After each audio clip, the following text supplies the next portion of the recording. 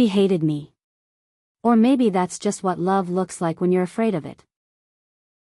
She hated me. Or did she? Chapter 1: Control Groups and Contempt. The cabin was not rustic. It was a lab with better lighting, 2 desks, 1 long table, a wall of windows staring down a lake that insisted on being philosophical about everything. The grant committee called it an immersive field residency. I called it 3 months with my academic nemesis. Katie Arrington arrived with a rolling suitcase, a tote bag like a portable library, and the kind of contained smile people wear before sword fights. Her hair was shorter than the last time I'd seen her, dark and practical. She glanced at the whiteboard, then at me, then at the door as if considering her odds of outrunning the situation. "Sloane," she said. Her tone could have been a handshake or a hypothesis. "Congratulations. Again. On being trapped with you?" "My dream," I said, and winced internally at my own defense mechanism. The committee had funded our joint proposal on attention and awe in natural environments, her methods, my theory, begrudging respect duct taped to peer-reviewed evidence. "I brought the calibrated eye tracker," she said, setting down the tote like a peace offering she might revoke. "And extra batteries. Last time we worked near water, you tried to power a spectrometer with good intentions." "That was a deliberate experiment in optimism," I said. "You're welcome for advancing the field." We stood there, the lake pretending it didn't have ringside seats. Old conference rooms flickered in my head, Katie on the other side of a panel table, asking pointed questions in a soft voice that made the audience lean forward. The first time she'd challenged me in public, my lungs had gone rogue. I mistook that for fury for a full week before admitting it sounded like admiration with a fever. We marked the space like adversaries who also know how to share a kitchen. She took the desk by the outlet, I took the one facing the window. The table in the middle became neutral ground. We wrote the plan on the whiteboard in tidy columns: sampling days, participant schedules, analysis protocols, the words "argue here" circled in dry erase blue. The cabin creaked once, settling.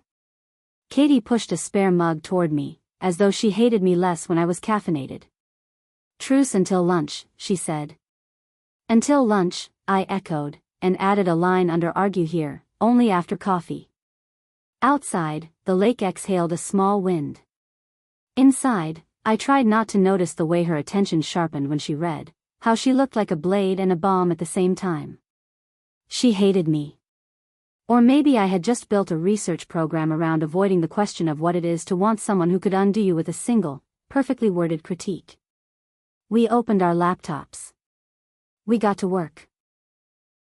Chapter 2: Hypotheses Have Hearts, 2. By day 3 the cabin had a rhythm: wake to a thin curtain of mist, pour coffee like it owed us money, hike the lakeside path tagging waypoints where or reliably ambushed you, a birch grove, the outcrop with a view that seemed to move toward you while you stood still. We ran pilot participants through our protocol, eye tracker, heart rate, structured debriefs that made people say surprising things out loud. Katie was relentless in the way I pretended to resent and secretly trusted. She noticed artifacts in the data before I noticed my own socks. She asked me to clarify a phrase mid-sentence and I did, learning the shape of my ideas by pushing them against hers. At lunch I cut apples badly. She fixed my mess with an engineer's mercy. "You're holding the knife like it insulted your dissertation," she said, demonstrating the correct grip. "It did," I said. "My dissertation learned it from you." Her mouth did a twitch that might have been a smile.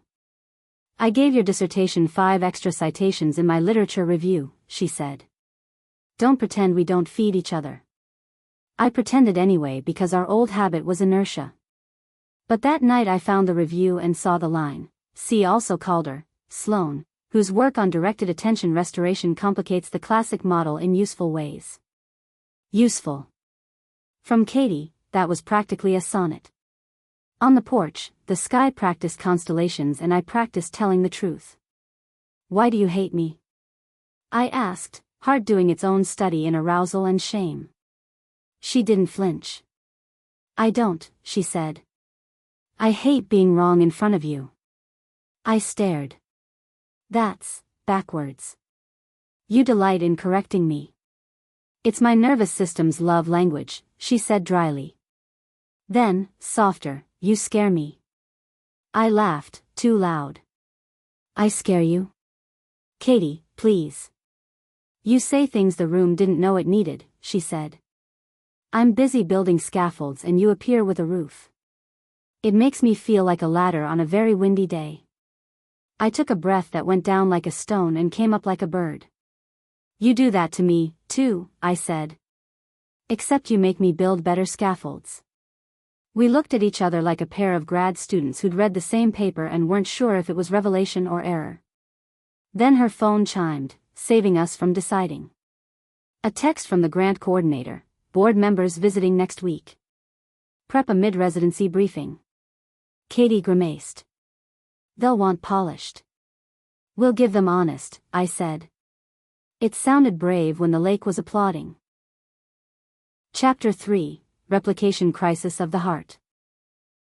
The storm arrived with the board members, naturally. They tramped in wearing city shoes and skepticism. We had good numbers and a clean story about how all widens attention and softens self-report defensiveness. We had prettier graphs than science requires. We did not have a single fake thing. Katie led with the methods. I watched her calm the room by making procedure sound like an act of mercy. I handled the narrative arc, why all matters in the first place, what it does to the animal who believes the world must be small to be safe. During Q&A, an emeritus with winter eyebrows frowned at our effect sizes. The field is littered with charismatic claims, he said. How stable is this? Can it replicate? Ask me again in 3 months, I said. I am not here to sell you a miracle. I am here to tell you a human truth with as much rigor as we can afford. I felt rather than saw Katie's approval. It moved through the room like a draft from a newly opened window. They left marginally impressed and fully damp. We stood in the doorway after, shoulder to shoulder, watching the rain braid the lake into itself. Victory felt like a warm coat that didn't entirely keep out the wind. Brave, she said, eyes still on the water. I'm tired of pretending certainty is the same as care, I said. She nodded. Me too. A hush fell that wasn't empty. My chest ached with something I would not call tender because that word had teeth. In the old days I would have found a way to argue, just to feel solid. Instead I made tea. She fixed my grip on the apple again. We worked for 2 more hours without speaking much because sometimes the only way adults don't run is by staying busy near each other. Near midnight, the power went. The cabin sighed into dark like an old professor turning off an overhead projector on principle. I froze halfway to a sentence. She lit a headlamp and pretended she'd meant to wear it all along. Generator? I asked. In the shed, she said. And before you suggest it, no, I'm not letting you improvise electricity. We dashed out under the eaves, small in a world that had suddenly remembered it was weather. She yanked the cord like she would interrogate a recalcitrant theory. The thing coughed, growled, then steadied. Back inside, the lights bloomed soft and cooperative. You're good in a crisis, I said. She shrugged. I like when the rules are simple. On. Off. Pull. Breathe. I didn't say kiss. That's not a rule. That's a hypothesis with teeth. I went to bed instead, imagining what it would feel like to finally test it. Chapter 4, The Almost That Wasn't. The next week was the kind of good that tempts arrogance. Clean data, participants who cried during debriefs and said thank you like getting to be honest was a service we provided, the grocery delivery arriving with the exact bananas I'd ordered and none of the cursed green ones. Katie hummed when she coded. I caught myself humming in harmony from the other end of the table. Enemies do not harmonize. Rivals do, sometimes, when the melody is a problem neither of you can solve alone. On Thursday, we hiked to the outcrop after the last session to mark a shift in the map. Clouds moved like large animals across the ridge. We stood there with the lake making a convincing argument for humility and I felt the moment arrive like whether you pretended not to notice because naming it gave it teeth. You ever think about the conference in Chicago? she asked, out of nowhere, eyes still on the water. Yes, I said, too fast. My brain served up the memory like a card trick. 5 years ago, a panel, a hallway, her shoulder brushing mine by accident, a hotel bar where too much bourbon made her laugh turn reckless. We had nearly kissed outside the elevator, nearly, then didn't, because she had a collaborator to meet and I had a flight to catch and we were young enough to believe timing would behave if we asked nicely. She turned, finally, to face me. I wanted to kiss you then, she said, like she had decided the consequences belonged to an older version of herself. I wanted you to, I said, like I had decided my throat could hold a risk without choking. Silence opened the door wider. She stepped closer. We were 2 doctoral students again and not at all. We were people who had learned how to hold the knife and the problem and each other in the proper grip. Her hand lifted halfway, then her phone chimed. She froze, grimaced, dropped her hand. Sorry. Don't be, I lied. She glanced at the screen and went very still. It's the department chair, she said, voice clipped. They're restructuring the lab. My FTE might get cut if I don't land this grant continuation. They want early results. With effect sizes. There it was, oxygen leaving the room I had built in my chest. We don't have enough participants to claim stability, I said. To make those numbers pretty, we'd have to overstate. I know, she said quickly. I won't. I'm just, panicking is not useful. I am concerned. Concerned, I said, gently. Katie, look at me. She did. Rain gathered in the corner of her left eye and decided not to be a tear. We'll show them what we've got. If they can't see the worth in rigor, that's on them. Her jaw eased. The moment was gone, like most honest first drafts, it needed revision. We walked back in dignified mutual denial and filed the elevator that didn't into a drawer we both knew we'd open later. Chapter 5, Methods, Motives, and a Misread Email. When harm comes in academia, it rarely arrives through the front door. It sneaks in via a forward button and a subject line that looks boring. I found it in our inbox at 2:14 p.m., a thread from a reviewer who'd seen our preprint and CC'd a colleague for context. The colleague had replied, interesting, but Calder's previous work had serious flaws. Arrington's methods are good, but I question her judgment partnering here. The forward included a lazy addendum. Isn't Arrington the one who tanked those replication attempts in 2019? I stared at the screen, heat rising in a shape I knew too well. Rage is a drug that promises clarity and delivers tunnels. I had to read it twice to understand. They were praising Katie and slapping me. They were also lying. Her 2019 failure had been an honest null that everyone punished. Our field loves brave until it looks like loss. I forwarded the email to her with the subject wow and exactly 3 fire emojis because I am a grown adult. She didn't respond for 11 minutes. In that time, I decided she agreed with the reviewer, despised my theory, pitted me professionally, and loved the part where they called her independent and smart. When her reply landed, it was a single line, come outside. She was already on the porch, hands at 12 and 6 on the railing. You're not going to say anything? I demanded, unreasonable and 10 years old. I am going to say exactly this, she said, voice very calm. That email is lazy. Your early model needed work, you did the work. My methods were sound, the field punished me for not making them sexy. We are here because we believe rigor is love. Let them be bored elsewhere. That was nice, I said, suspicion and relief colliding. And accurate. She glanced at me. I'm not your enemy, Sloane. I know, I said, and then, because honesty once opened does not like to be recreated, I liked you better when you were easier to hate. She huffed a laugh. I liked it when hating you kept me from wanting things. The railing received both our hands like a witness. She added, almost conversationally, the 2019 thing still sits in my bones. I keep trying to make my work undeniable so I never feel that particular humiliation again. You can't, I said. That's not how denial works. But you can make it undeniable that you told the truth. Then let's do that, she said. Together. We went back inside. I wrote an email to the reviewer that will one day be carved into the lintel of my dignity. Thank you for your engagement. The preprint is a living document. We welcome rigorous critique. We do not, however, find contempt to be methodologically useful. We CC'd the preprint server. We CC'd our elders who had spines. Katie read the draft over my shoulder, said hell yes, like a lab safety protocol, and hit send. 5 minutes later, the storm broke. Wind scrubbed the lake clean. We looked at each other and did not say elevator.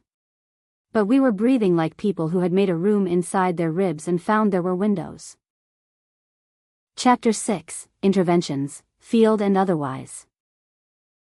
Our participants skewed older that week, retired teachers who listened like it was their job, a widower who said the outcrop felt like his wife's handwriting, a nurse who cried when she realized she had not looked up in months.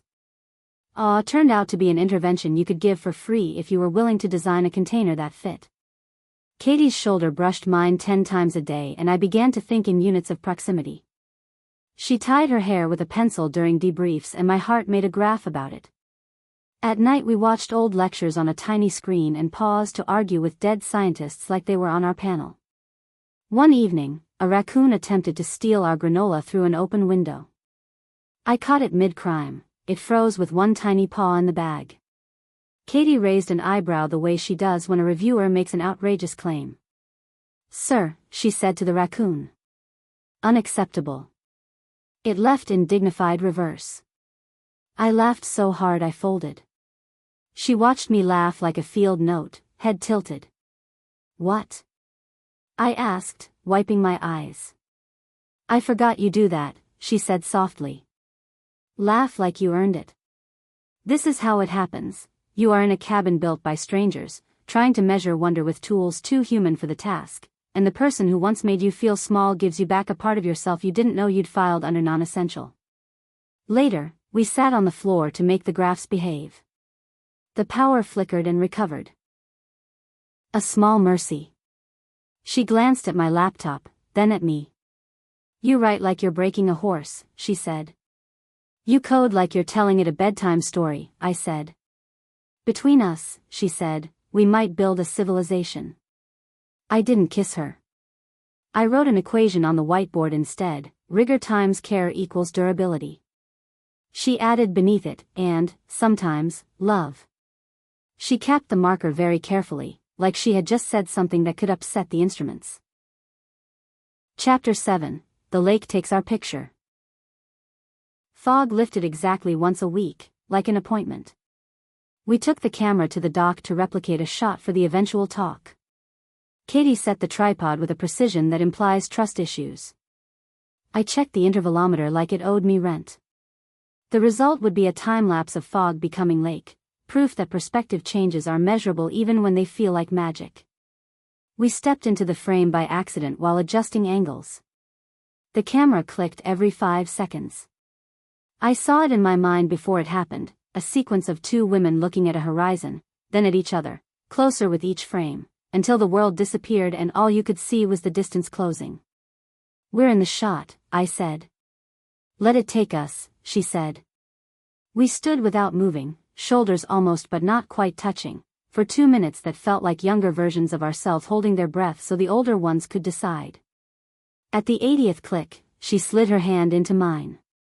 It was a small data point. It altered the trajectory of several variables. When we looked later, the time-lapse made the moment seem inevitable. That's the lie of film, it edits out fear. Standing there, it had felt like choosing to jump with our eyes open.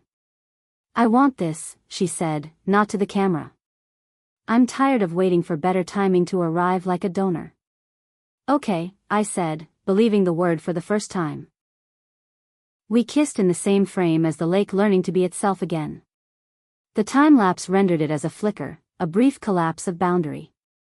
In real time it was held breath long and precise, soft and certain, the exact kiss we had built without scaffolding for 5 years. We pulled back when the camera clicked again and laughed like it had been in on it. On the walk back to the cabin, we were giddy and shy and already sturdier. For the record, she said quietly, I never hated you. For the record, I said, I hated everyone who looked at you like they deserved your mind. That's not hatred, she said. That's territoriality. Fine, I said. I was science cat about you. She squeezed my hand.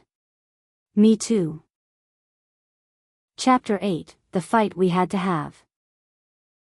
Happiness made us sloppy. Not with Data, we are not monsters, but with each other's ghosts. I found her at 1 a.m., hunched over a spreadsheet, jaw clenched in a way that meant she was arguing with a ghost named 2019. We can't pre-register retrospectively, she muttered. But we can document analytic decisions with enough transparency that even the petty gods of publication hesitate. Katie, I said. Sleep. If the lab cuts me, she stopped, throat tight. I don't want to have to beg to be allowed to do good work. You won't, I said. And if you do, we will find another door. She repeated. I don't know how to want this without making it fragile. You and the work.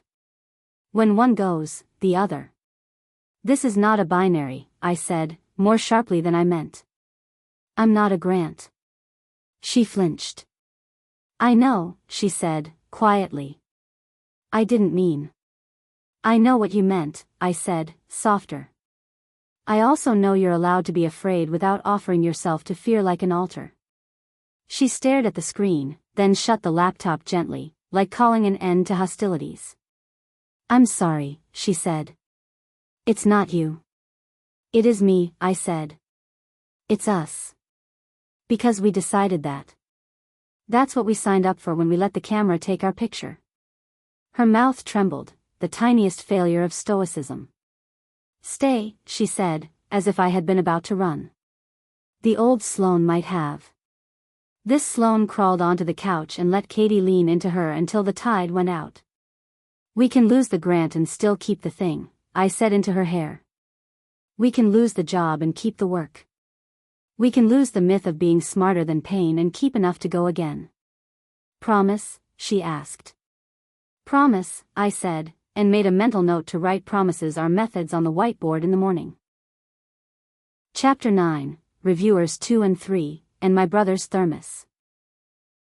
At mid-residency we opened the preprint to comment. Reviewers 2 and 3 arrived exactly on schedule. One asked if A was just vibes, the other wanted a structural equation model none of us believed in.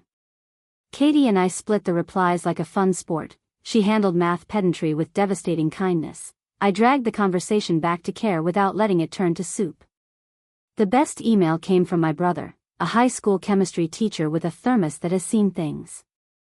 Heard you're doing honesty by a lake, he wrote. Proud of you. Also, remember to eat food that is not a pretzel.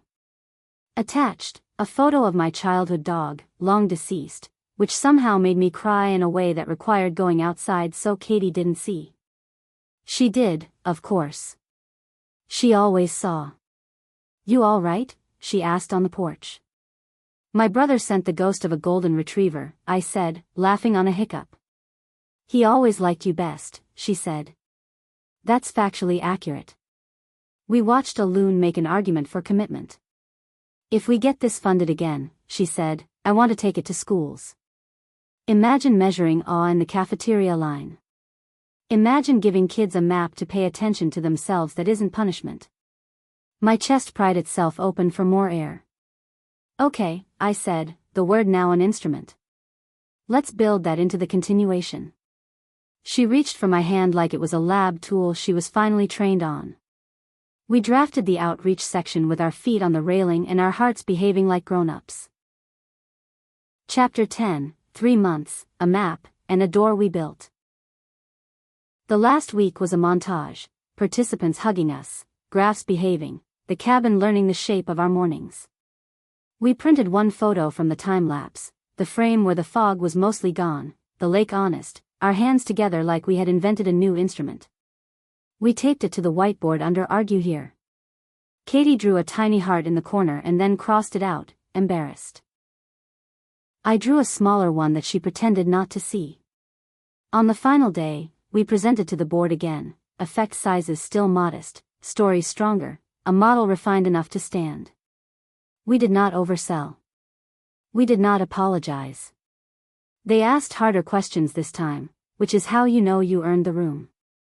When they left, I felt the strange, rare satisfaction of being exactly as sure as reality allows. We packed in companionable silence. The cabin looked suddenly like a rental again. At the door, Katie paused with her tote and said, without drama, "Do you want to try together? Real life? With commutes and cranky reviewers and my ridiculous lab?" "I thought we'd been trying together for weeks," I said. She smiled, small and unstoppable. "I meant," she gestured between us, as if the whiteboard might fill in the blank. "Yes," I said, because it was the only word left. "Bring your calibrated eye tracker. I'll bring my stupid apples." "Deal," she said. Then, like a person who had finally signed a document she'd been reading for years, she added, "I love you." "Good," I said. "Me too." We locked the cabin. We left the lake to its research question. We drove toward a city that would not be gentle. We had built a method for being gentle with ourselves. Epilogue, peer review, accepted with revisions. 6 months later, the paper cleared peer review with revisions that made it better. The continuation grant came through, smaller than we'd hoped, bigger than fear promised. We started a pilot in 3 schools, a 9th grader wrote. When I looked at the tree and didn't try to be cool, my brain got quieter. We taped that sentence to the lab fridge with reverence usually reserved for p-values. The time-lapse lives in our talk. When the frame clicks past the moment our hands find each other, the audience always makes a tiny sound, part laugh, part ache. We don't comment on it. We talk about awe as a civic technology, about attention as a commons. We say rigor is love and mean it. At home, the whiteboard above our kitchen table says argue here, and we do, about dinner, about who misfiled the receipts, about whether to add another covariate. Under it is a photo of the cabin, taped crooked, just to make us both twitch. Beside it, on a sticky note in her blocky hand, "She didn't hate you. She was terrified." In mine, below, "Me too. Still here." On Sundays we walk to the park and do nothing measurable. Sometimes we hold hands in the way of people who once mistook precision for protection. Sometimes we argue softly about clouds.